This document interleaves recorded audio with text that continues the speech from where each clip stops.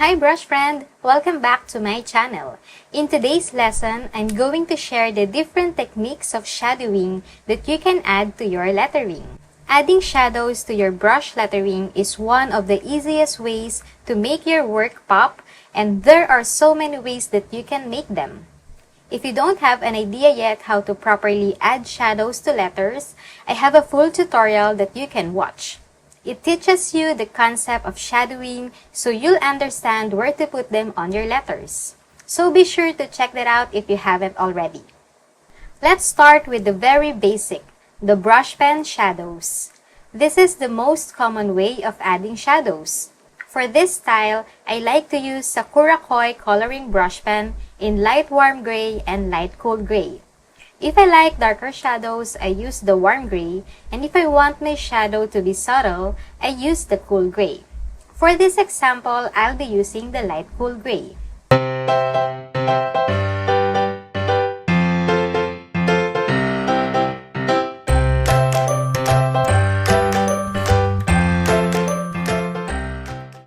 So there is your basic shadowing.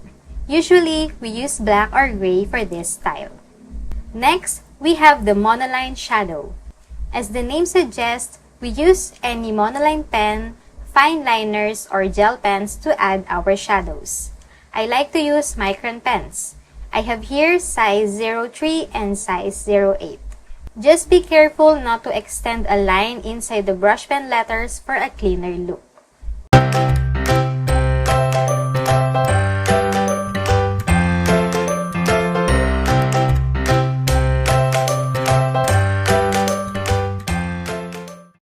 The third style is the Detached Monoline Shadow. In here, the shadow is directly attached to the edge of the letters, but in this third style, we want it to be separated from the letters, like we will leave a space between the monoline shadow and the lettering. The trick here is keeping that space equal all throughout the letters.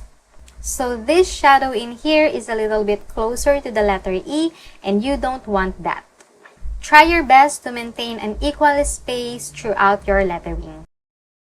Moving on to the next style, we have a combination of the brush pen and monoline shadows. With this, I like to start with brush pen first because sometimes when you start with a fine liner or gel pen, then add your shadow with a brush pen, there's a tendency to smudge the ink, especially if you don't let it dry first. I'm using the light cool gray again from Sakura Koi coloring brush pen. So when I'm applying the shadow, I don't apply the thin up and thick down rule. As long as the size of the shadow is consistent throughout the letters, that would be fine. If you want your shadows to be thin, then just use light pressure. If you want them to be thick, use heavy pressure. And now we're finished with the brush pen shadow. I'm now going to add monoline shadows using Micron pen size 03.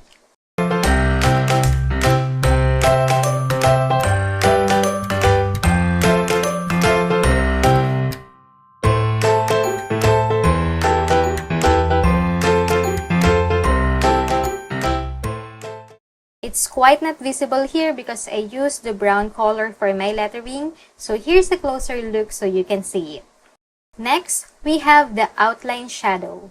I'll be using the Micron pen size 03.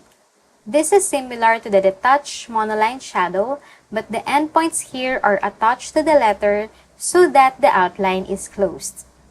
It's like you're drawing the side of the letter where you put the shadows on.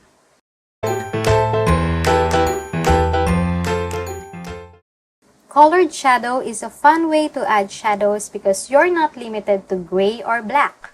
You can use other colors that will greatly match the base color of your lettering. And lastly, we have the colorful shadow. For this style, you want to use black or dark color for your lettering, and you can choose a theme for your shadows. For example, you want to use fall as a theme, so you can use yellow, orange, and red. You can make it a combination of green, blue, and yellow. Here, I'll be using yellow, green, and orange. You can choose 2 or more colors depending on what look you want to achieve. There's no rule where you want to place each colors. The sky is the limit.